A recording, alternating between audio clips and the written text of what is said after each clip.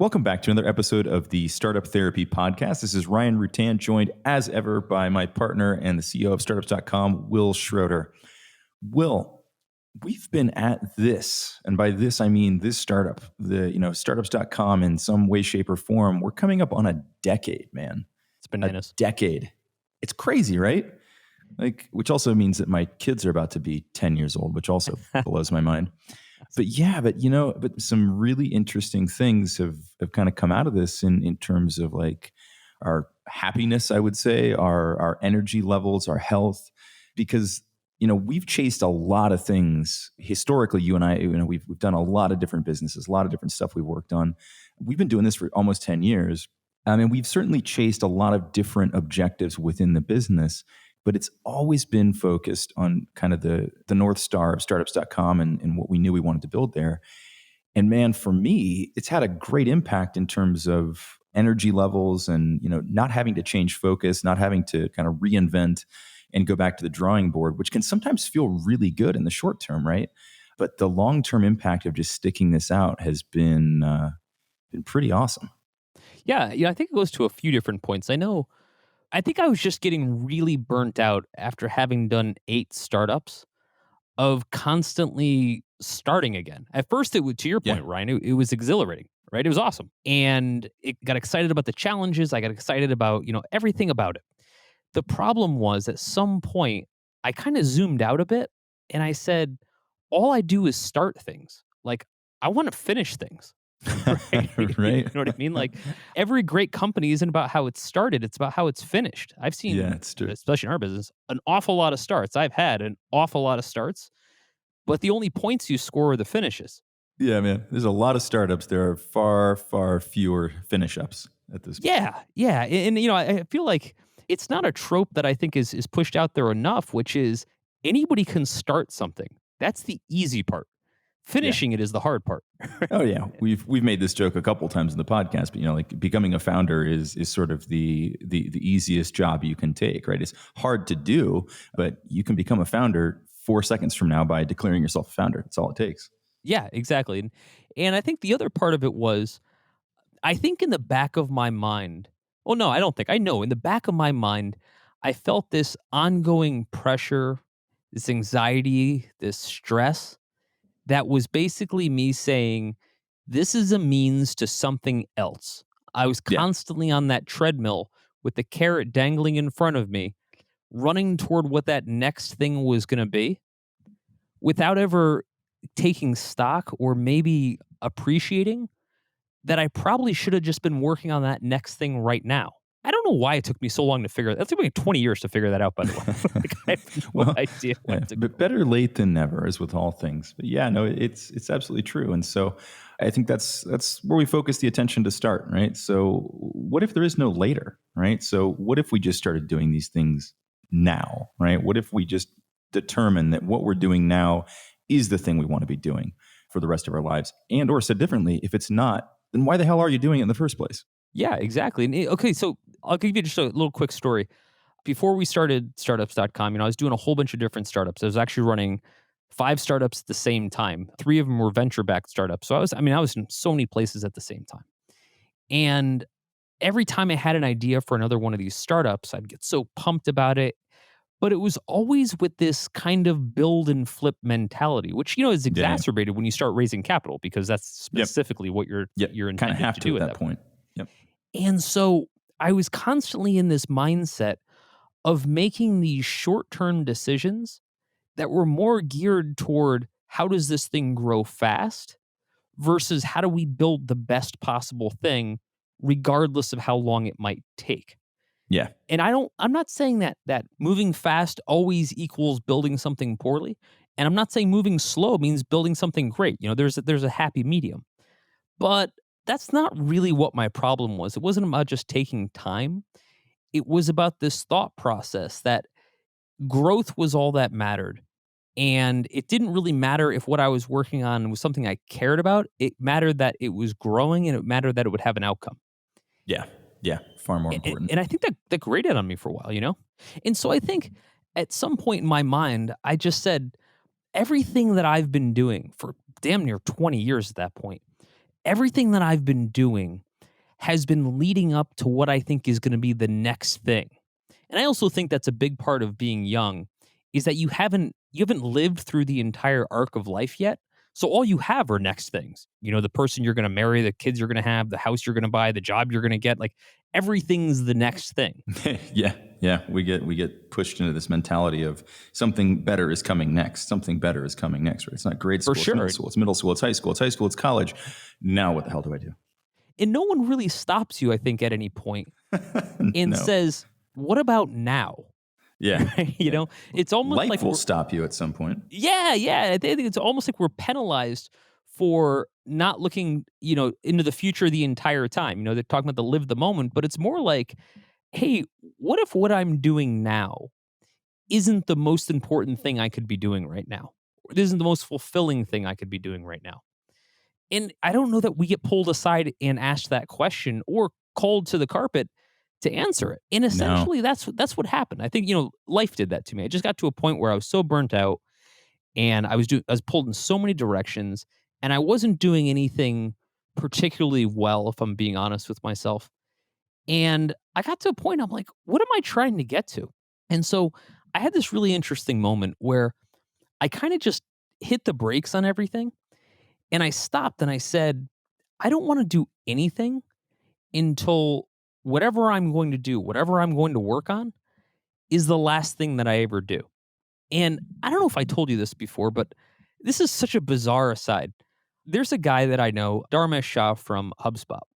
Yeah. And prior to Dharmesh starting HubSpot, he had started another company called On Startups. It wasn't really a company, it was like a community. And actually it's still running. And I Still remember he and exists. I talking way back then. And he was talking about what he was going to work on. He was talking about what was going to become HubSpot. And I thought it was a cool idea. Didn't really understand it at the time. And it just kind of went out there. He raised a bunch of money from Sequoia, went public, whatever. Well, he was going public right around the time that I was having this kind of life changing moment. Incidentally, Dharmesh, if you're listening to this, you've literally never heard this story and you have no idea where you fit into this timeline, but you did.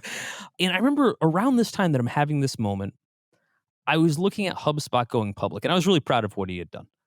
And I thought to myself, dude, this guy spent the last 10 years working on one thing with perfect focus and look at his outcome. Yep. I spent the last 10 years working on like 6 things and it went okay, but I want to build what he's building. I want to build something seminal. I want to make it a life's work and I want to make it something where every day that I put in is cumulative to what I'm going to build forever. And Dharmesh, again, if you're hearing this, I'll probably just email you and tell you, but you actually at that moment had inspired me to kind of change course. And I remember specifically thinking about this going, okay, well, cool. Well, what does that mean? Right? If I want to work on the last thing I ever do, that feels like a pretty high bar. You know what I mean? It is, and I mean, of course, I think it can be a little hard to commit to those things when you're just starting something. I wonder how much of this discussion can actually be had at the very early stage versus you're a couple of years into it and you decide at that point, yeah, this is the one. I know enough about it now. I feel strongly enough about it.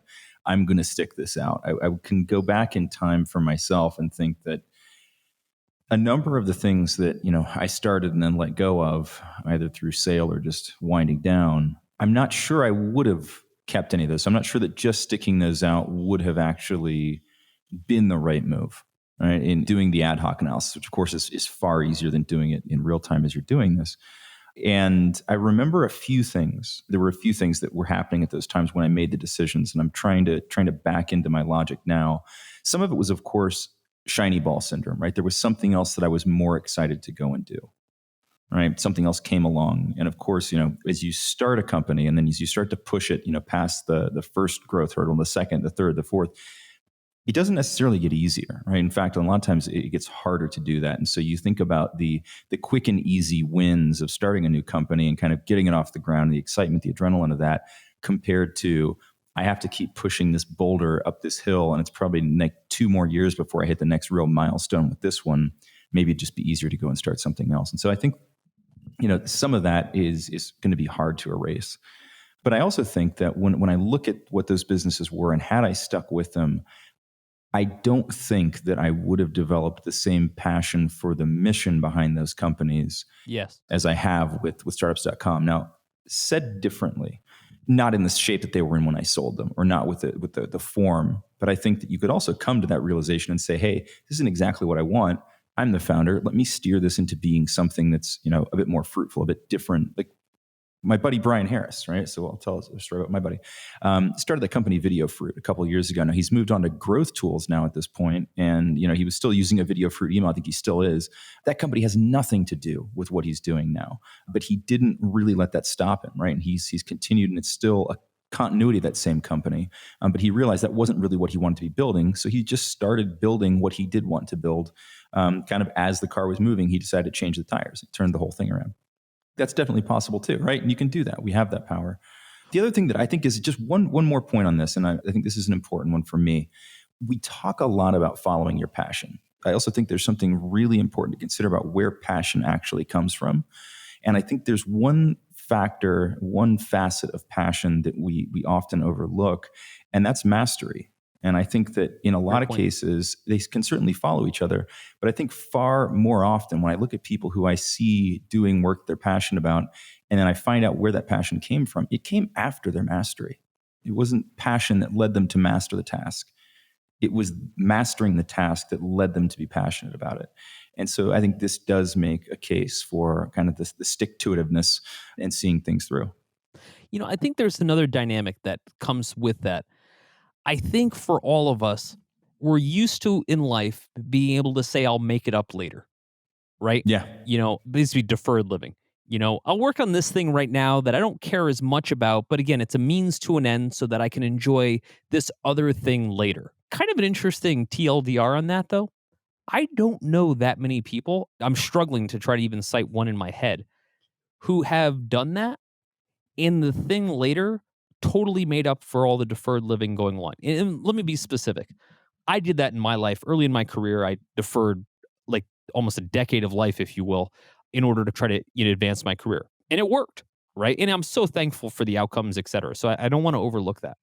However, it also put me on a bit of a path where I just got used to deferring things, Yeah. right? Like I kept saying to myself, I'll just, I'll build this thing now so I can get this thing later. Except whenever the later came, I just kind of reset the goal line and I said, okay, well, there's this next later thing and I'll wait for that and this next later Yeah. thing.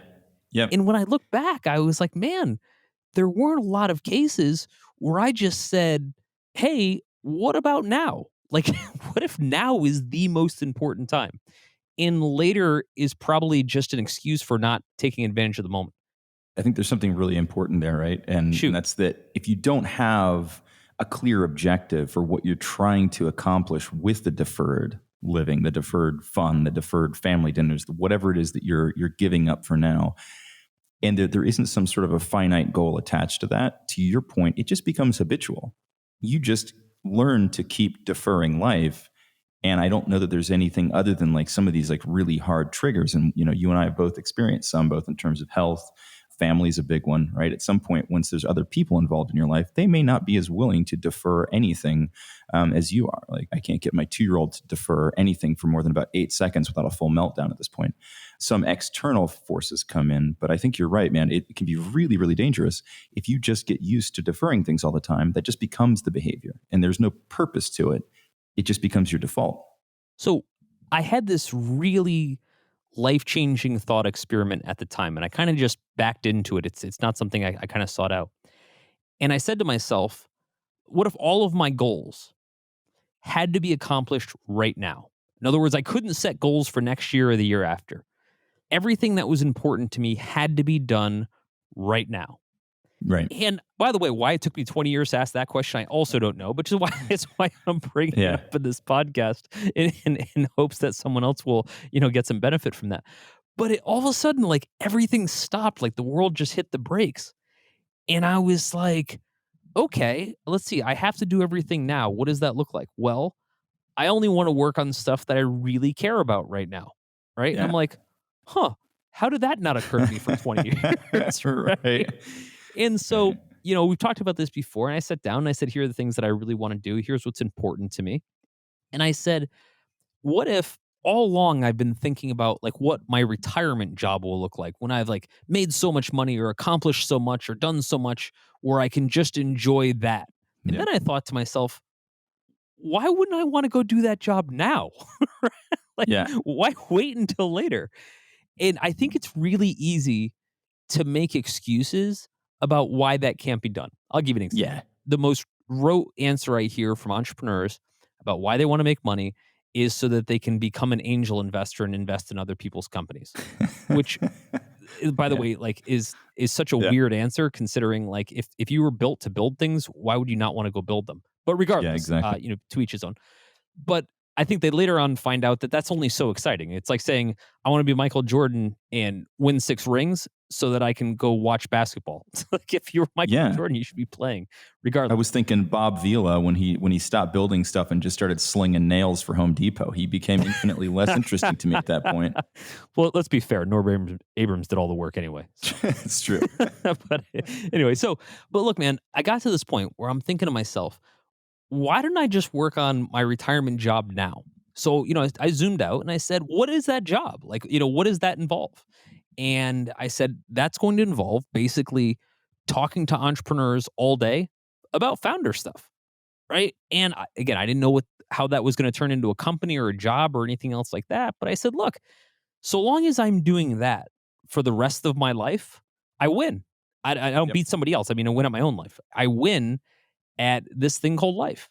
And it's funny. That's kind of all it took, right? Like was just Yeah. shifting my focus. Little fundamental changes in life, especially when, you've got a few years behind, you can have such a profound impact on what happens next because you kind of understand how to leverage those things against your future then. And I think that, having these realizations when we're younger don't necessarily mean as much as you were telling this story around your thought experiment. And I don't remember if it was a philosophy class. But we went through one of those thought exercises where we had to write an essay, and it was based on 3 questions. What would you do if you knew you would only live out the year? What would you do if you knew you'd only live out the month? What would you do if you knew you I would remember only that. live out Yeah. the day? Right. So that's exactly what I was thinking. I'm like, so I learned that lesson, right? I got to go through that exercise. I wish I had that essay now to see what sort of inane shit I would have told myself to do in a year, in a month, and a day. I'm sure it wouldn't rank at this point. But I was exposed to the concept, at least, of this type of hyper focused, hyper intense prioritization, but it didn't sink in, right? It didn't sit with me, and it didn't actually impact any of my behavior other than probably just being really antsy for a couple of days as I thought about, what if I did die tomorrow? I didn't. I'm still here. You know what's really awesome though? I think when you do at least set your North Star to say, look, I just want to work on my retirement job or whatever I really care about right now, all of a sudden, you're not racing to get somewhere. Yeah. Right? Like all of a sudden, you're like, damn, I kind of win because I'm already doing it. And it doesn't have to be exactly what the end game piece is. It could just be the first step toward that end game. But I think once you realize you're where you're supposed to be, at least for me, it takes a tremendous amount of anxiety off of life because Yeah. it's almost like finding the person you want to marry when you're 10 years old, right? Assuming you could even pull that off. But in other words, like just, yes, this is the perfect person for me. I'll never find another person, etc. Because there isn't a better person because you somehow know, right? Right. We're spending all the time in frustration and anxiety we go through and being single and trying to find a mate, etc. Or really anything in life where you're spending your whole life to try to get there. Yeah. Well, when you're just focused on the destination, you miss out on a lot. And I think this is another one of those lessons. It's funny how going back in time, we used to do these drives as kids, right? Before iPads, before all that. So where all I could do was look out a window. And I remember I knew how to go from point A to point B. I knew if we were going to go visit my grandmother, the fastest way to get there was to streak up 71 to Cleveland. And sure enough, my dad would veer off onto Route 42 or 315 or something. And my sister and I would just groan because we knew it was going to add an hour and a half, 2 hours to the trip. And it was just so frustrating at that age with that mentality. And I remember asking my dad once, Dad, why can't we just go, up 71? He's like, well, if we go up 71, it'll take 2 hours. If we go up this route, it's going to take us 3.5. He's like, but in one scenario, I'm not going to enjoy 2 hours at all. And in this scenario, I'll enjoy all 3.5. He's like, so for me, it's not taking an extra hour and a half of time to get there. It's giving me an extra 2 hours of enjoyment in my day that I wouldn't have otherwise had. And I was like, well, that's really profound. I still don't care, Dad. Can we just get there faster? Um, but at this point, I get it, right? When you get solely focused on a destination, particularly in a startup sense, where that destination can just keep moving a little further out, a little further out. I was talking to somebody, and for context, everybody, we're recording this in kind of the midst of the COVID lockdown, right? So we're all on some form of lockdown at this point, and the world is kind of a weird place right now. I was talking to somebody about the stock market 2 days ago, and this individual is super excited about it and all the opportunities.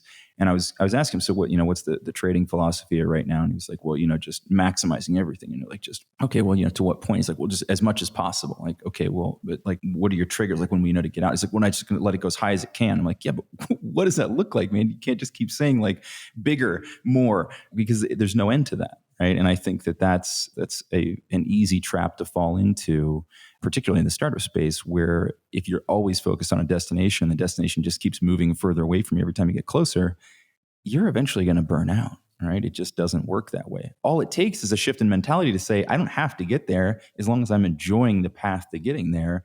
You're in a totally different world, right? Nothing changed about what you would do with your day to day, just the way you're thinking about it. Well, think about that for a second.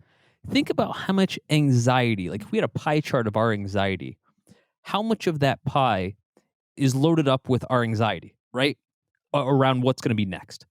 Like if we knew for sure exactly, that everything would be great and this is exactly what we want to do, we can kind of take a minute and just relax and kind of enjoy it, right? Yep. But when we're constantly in fear of, hey, is this going to lead to this? Is this going to lead to this? Is this going to lead to this? It makes us frantic. I know it did for me. I spent so much energy, and I look back and it's just so frustrating. I spent so much energy trying to work on getting to that next thing that at no point was I really enjoying where I was at the moment. Yeah. And I don't think That's I a great realized point. that at the time. You don't.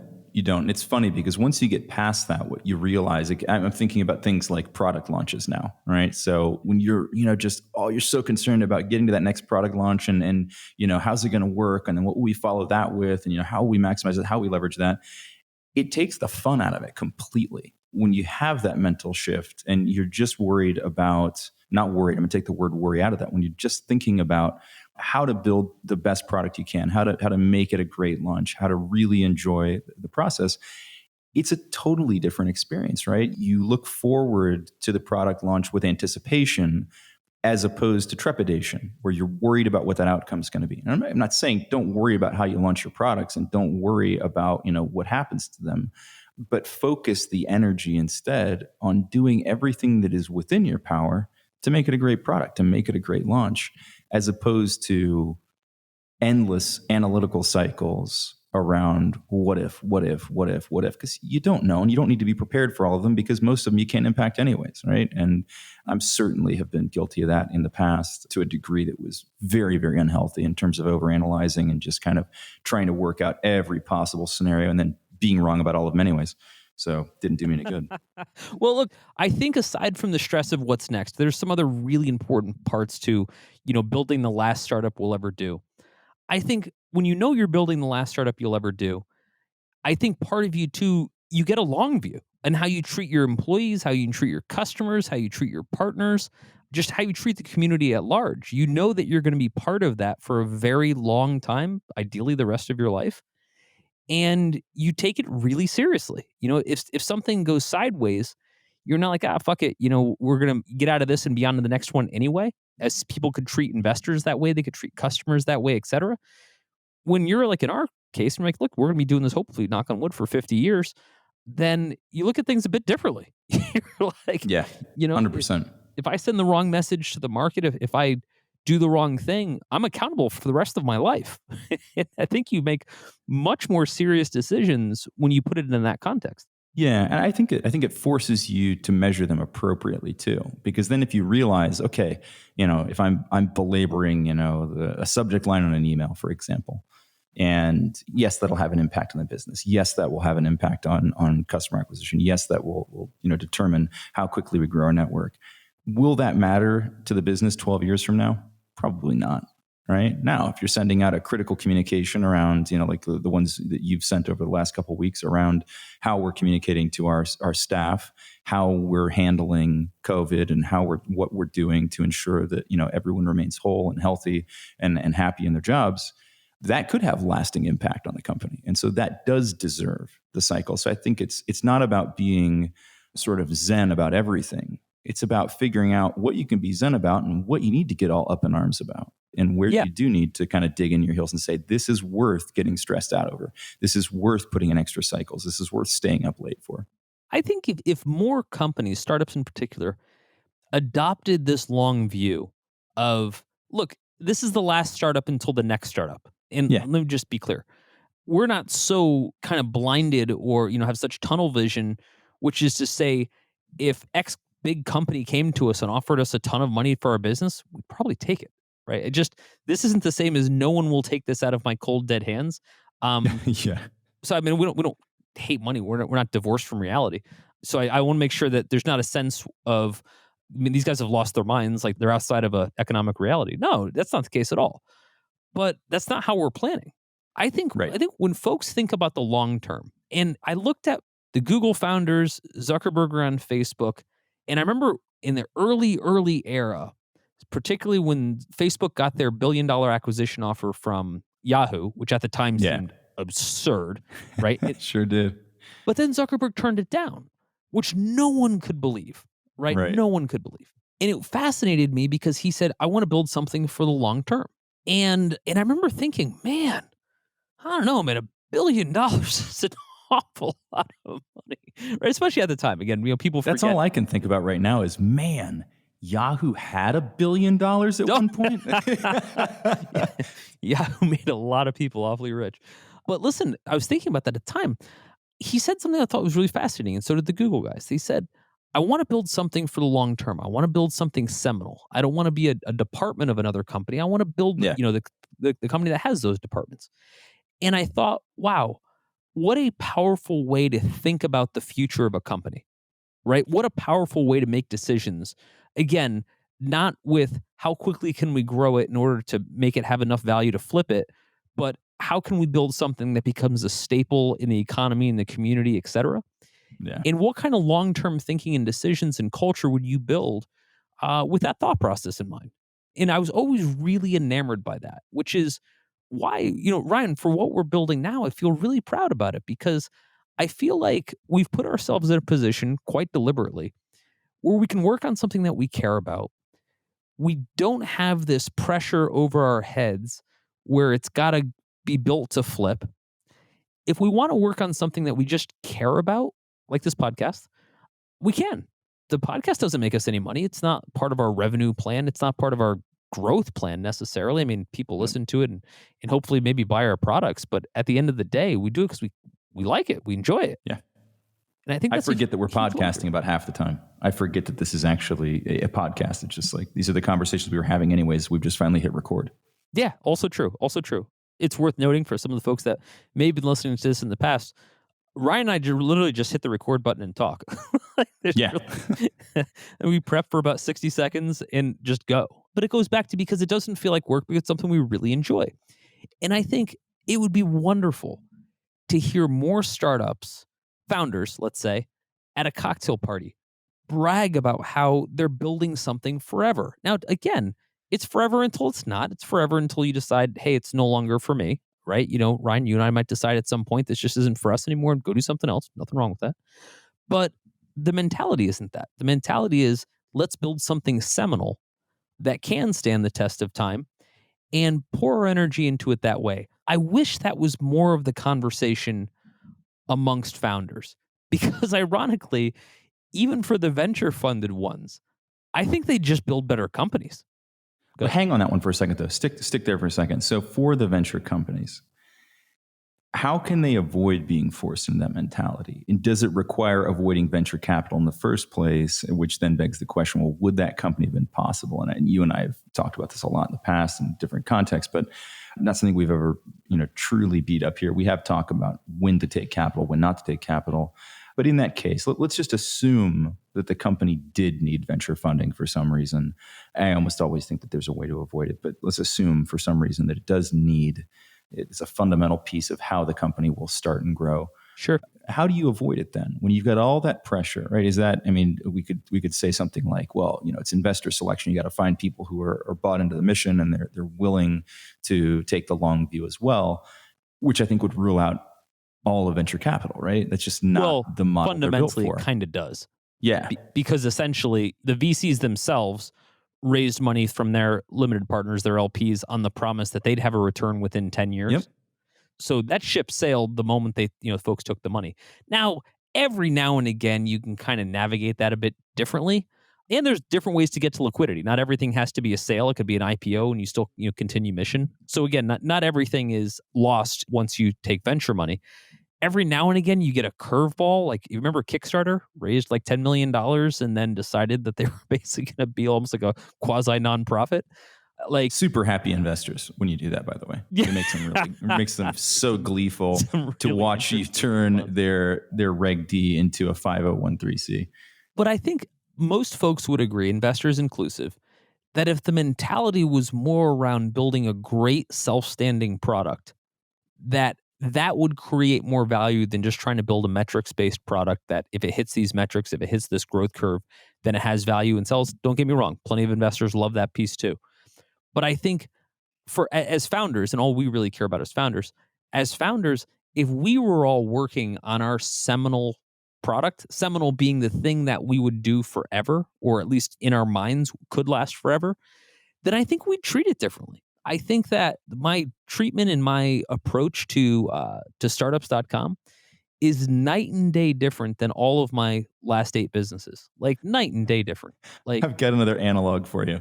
I grew up with a lot of younger cousins. I was 8 years older than the next cousin.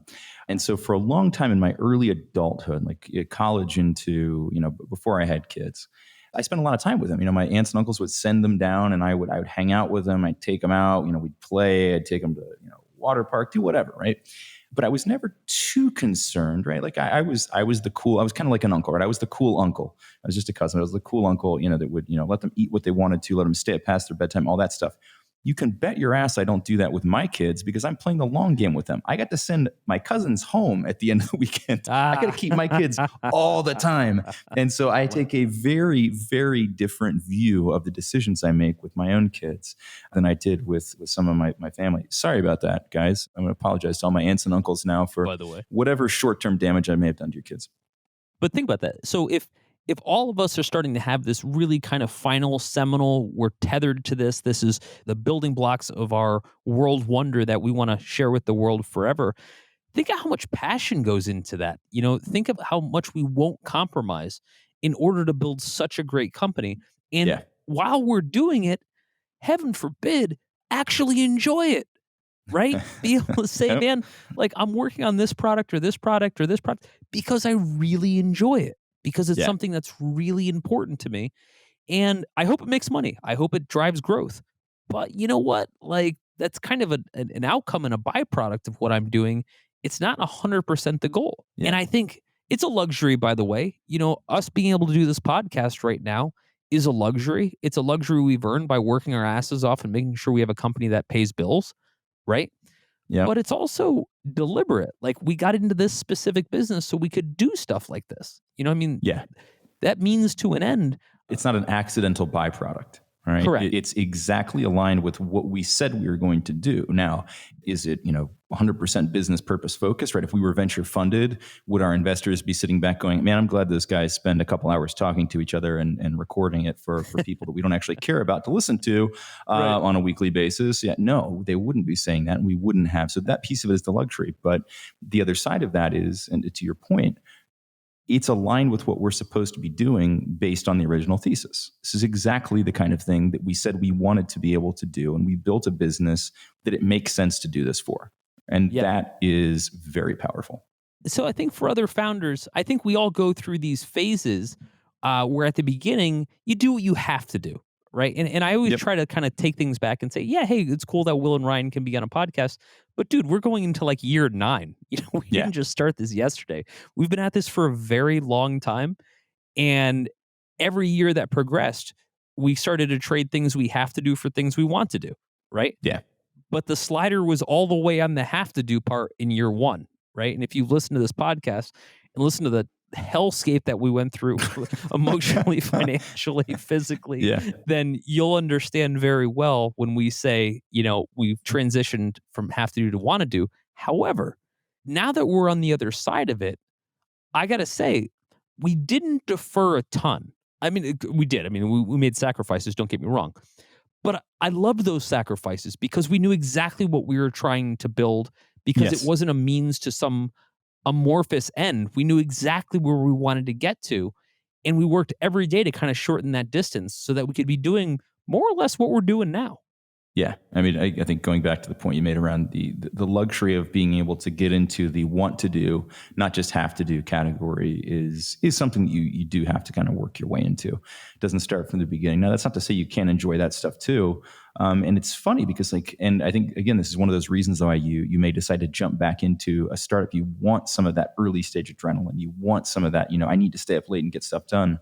I don't know if it was today or yesterday, one or the other, I mentioned to Elliot, it's like, man, I'm ready to be burnt out.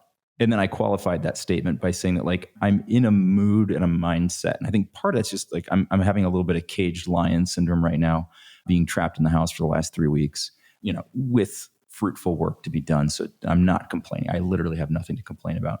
But I think I'm having a little caged lion syndrome. And I was telling him, it's like, man, I want to, to find a couple things right now to just absolutely pour myself into until I'm exhausted. I literally want to run myself to an exhaustion point right now. Not because I have to, right? But because there are enough things in front of me right now that I feel strongly about that we can be doing, that we have to, that we can't be doing. I just want to exhaust myself doing them. Just Right. because I can, right? And sometimes that feels good. Sometimes you want to go and push yourself to a limit. And in this case, rather than saying, okay, well, what could I start next? I'm just looking at that and saying, look, I know enough about this business at this point. I know how much I care about it. I know how long I want to be doing this. I now know that not only can I pour that same level of energy into this more mature business than a startup, but I have more certainty around why I would do it, right? It actually feel better than doing that under the full uncertainty of a new startup. So yeah, there's a lot of interesting things that come with time and experience. And to that point we made early on around passion and mastery, I have absolutely gotten more and more passionate about what we're doing and take more enjoyment out of doing some of the same things over and over again, right? Like you and I have conversations with the founders all the time. They're not always completely different. And yet each one I enjoy a little more because I know I've honed my craft a little bit more. I have a better answer for the same question. I have an extra 2 examples to share of somebody I know who's been through that, or I've been through it myself now. And I take even more pride and pleasure away from that because of the mastery.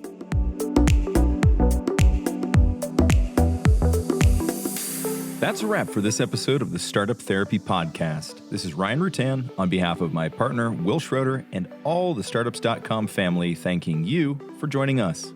And we hope you'll continue to join us. Be sure to subscribe, rate, and comment on iTunes or wherever you love to listen to Startup Therapy. You can find all of our episodes at startups.com/podcast. If you're looking for more amazing resources to launch or grow your startup, be sure to head to startups.com and check out Startups Unlimited. It's everything we have to offer, from our online university to our amazing community of experts and founders, and even all the tools we've built like BizPlan, Fundable, and LaunchRock. It's everything a founder needs. Visit startups.com/begin. That's startups.com/BEGIN. You'll thank me later.